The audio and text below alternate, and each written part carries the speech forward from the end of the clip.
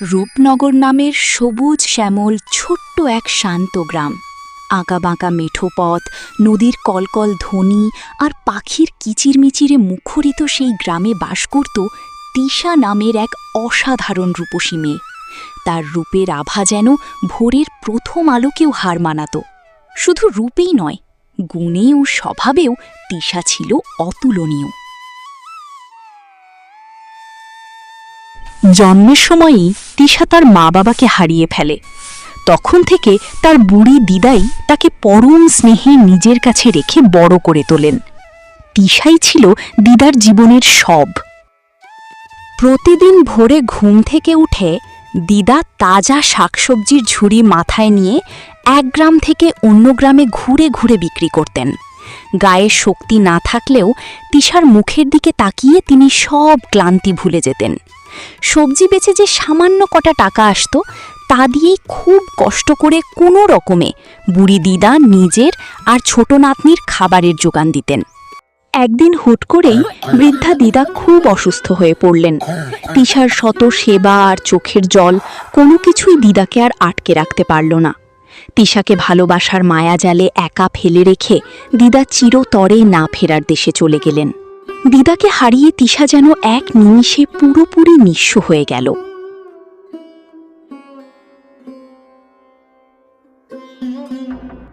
গ্রামের মোড়ল বহুদিন ধরেই তিশার রূপের ওপর নজর রেখেছিল। দিদা মারা যেতেই তার পাপ চোখ আরো হিংস্র হয়ে উঠল। বুড়িটা তো মরে বেঁচে গেল, এবার ওই ছুরিকে আমার নাগাল থেকে বাঁচায় কে? কি রে তিশা, বুড়িটা তো তোকে একা ফেলে ভেগে গেল। এখন এই বিশাল পৃথিবীতে তোর কে আছে বল? এত রূপ নিয়ে এই একা ঘরে কাঁদবি নাকি? মোড়ল মশাই, আপনি এভাবে অসময়ে আমার ঘরে কেন? দয়া করে বাইরে যান। বাইরে যাব কেন রে রূপসী? বুড়ি মরে তোকে আমার কাছেই সঁপে দিয়ে গেছে। তুই আমার কাছে চল, ধন দৌলত গহনাগাটি যা চাবি সবই পাবি। এই কুঁড়ে ঘরে না খেয়ে মরতে হবে না। মুখ সামলে কথা বলুন মোড়ল। গরিব হতে পারি, কিন্তু আমার চরিত্র বেঁচে খাই না। বের হন আমার ঘর থেকে। এত অহংকার কিসের রে ছুরি?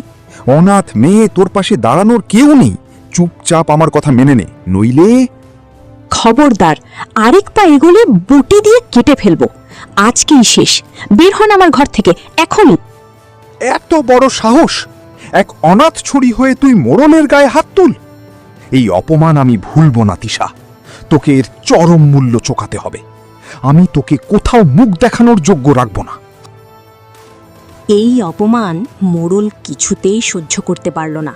প্রতিশোধের আগুনে জ্বলে উঠে সে গাঁয়ের মূর্খ মানুষদের কান ভাঙাতে শুরু করল। তিশার নামে ছড়িয়ে দিল এক নোংরা মিথ্যা অপবাদ।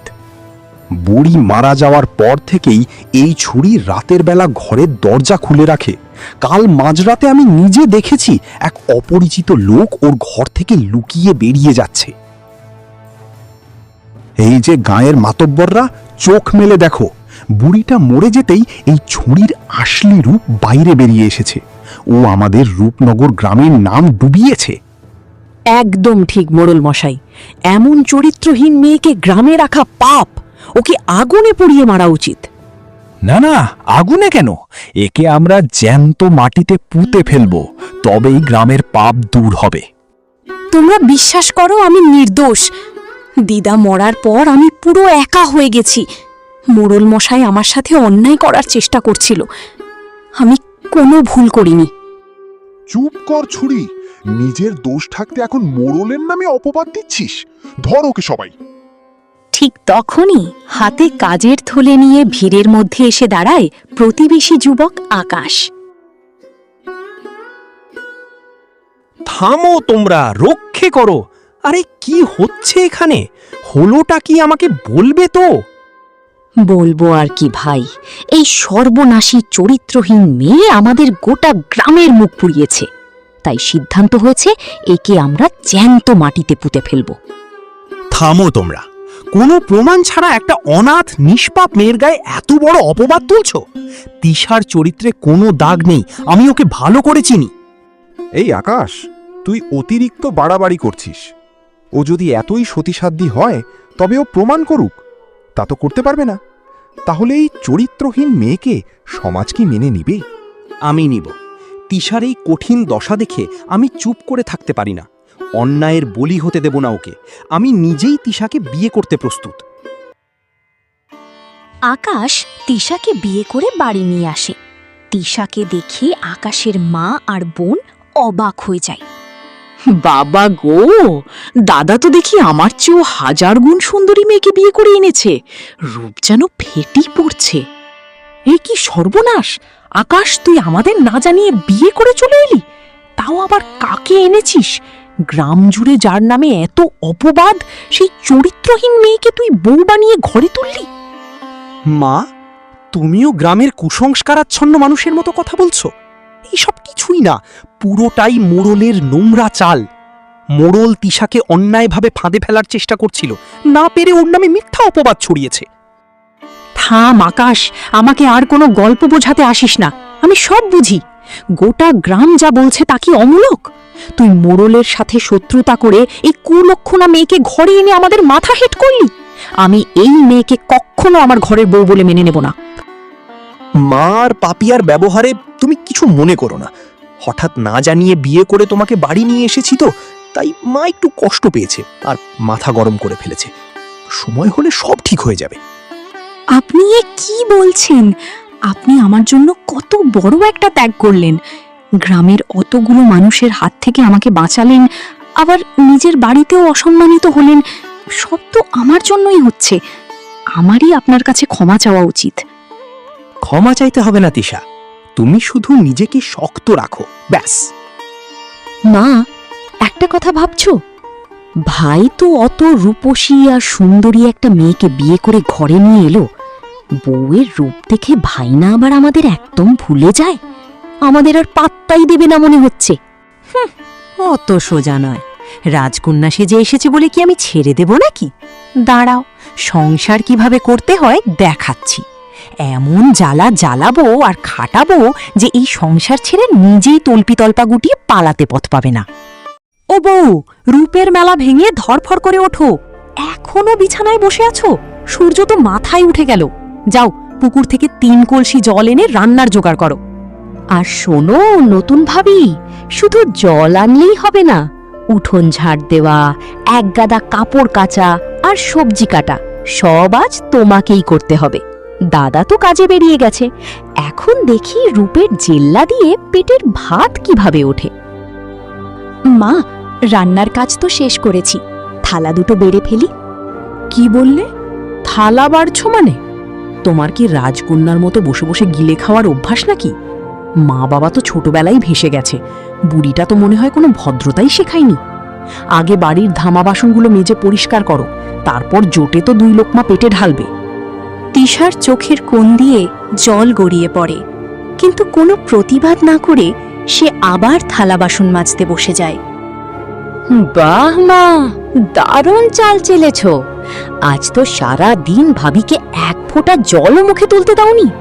রূপের অহংকার পুরো চুরমার। দেখি কতদিন সহ্য করতে পারে। আকাশের সামনে কান্নাকাটি করলে আরও মজা হবে। এমন জ্বালা জ্বালাবো, এই নতুন বউ নিজেই একদিন তল্পিতল্পা গুটিয়ে বাড়ি ছেড়ে পালাবে। হঠাৎ করেই কঠিন রোগে আক্রান্ত হয়ে মারা যায় আকাশ। পাশে বসেই হাউমাউ করে কাঁদছে তার মা আর বোন। তিশা স্তব্ধ হয়ে মাটিতে বসে আছে, তার চোখে 1 ফোঁটা জলও যেন শুকিয়ে গেছে। ওরে আমার কলিজার টুকরো আকাশ রে, তুই এ কি করলি বাবা? তোর এই বুড়ি মা আর অনাথ বোনটাকে কার হাতে সঁপে দিয়ে চলে গেলি? আমাদের ফেলে রেখে তোর একা একা পরপারে যেতে মন চাইল রে। দাদা গো, ও দাদা, একবার চোখ মেলে তাকাও। তোমাকে ছাড়া আমরা কিভাবে বাঁচব বল? তুমি না বলতে আমাকে রাজকন্যার মতো বিয়ে দেবে? সব কথা ফেলে রেখে তুমি কেন চলে গেলে দাদা? আকাশ, একবার শুধু কথা বলো, আমাকে এভাবে একা ফেলে যেও না। খবরদার ডাইনি ছুরি, তোর কালনাগিনীর বিষাক্ত হাত দিয়ে আমার নিষ্পাপ ছেলেকে ছুবি না। দূর হয় এখান থেকে। মা, দয়া করে এমন নির্দয় কথা বলবেন না। আমি তো আপনাদেরই আপনজন, আকাশের স্ত্রী। স্ত্রী? কিসের স্ত্রী? তুই তো সাক্ষাৎ একটা অলক্ষী, কুফা ডাইনি। আমি তো শুরুতেই বলেছিলাম এই অপয়া চরিত্রহীনাকে ঘরে আনলে কুলক্ষণ নামবে, কিন্তু আমার সোনা ছেলেটা তোর মায়াজালে অন্ধ হয়ে তোকে উদ্ধার করতে গিয়েছিল।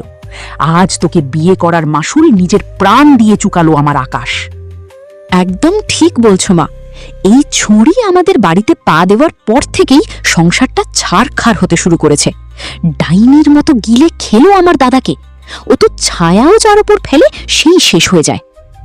ও গায়ের লোক, তোমরা সবাই সাক্ষী থেকো। এই অপয়া ডাইনিটা জন্ম নেওয়ার সময় পেটের মধ্যে নিজের জন্মদাত্রী মা আর জন্মদাতা বাপকে চিবিয়ে খেয়েছে। তারপর ঠাঁই পেয়েছিল যে বুড়ির কোলে, সেই বুড়িকেও অকালে মরণ মুখে ঠেলে দিল। আর শেষমেশ এই বাড়িতে ঢুকে আমার সোনার টুকরো নিরপরাধ ছেলেটাকেও জ্যান্ত গিলে খেলো। ও একটা মানুষ নয়, ও রক্তচোষার রাক্ষসী। সত্যি রে ভাই, কথাটা তো মিথ্যা না। মেয়েটার অপয়া পায়ের ছাপ যেখানেই পড়ছে সেখানেই মৃত্যু নেমে আসছে। মোড়ল মশাই তো এমনি এমনি একে চরিত্রহীন আর অলক্ষী বলেনি। বুড়িটা মরতেই পুরো পরিবারটাকে একে একে শেষ করে দিল। বের হ আমার ঘর থেকে। তোর মতো কুলক্ষণা পাপিষ্ঠা ছুরির বিষাক্ত ছায়াও যদি এই ভিটেতে থাকে, তবে আমার আকাশের আত্মাও শান্তি পাবে না। যেখান থেকে এসেছিস সেই নরকে গিয়ে তোলপাড় কর। দূর হয়ে যা আমার চোখের সামনে থেকে।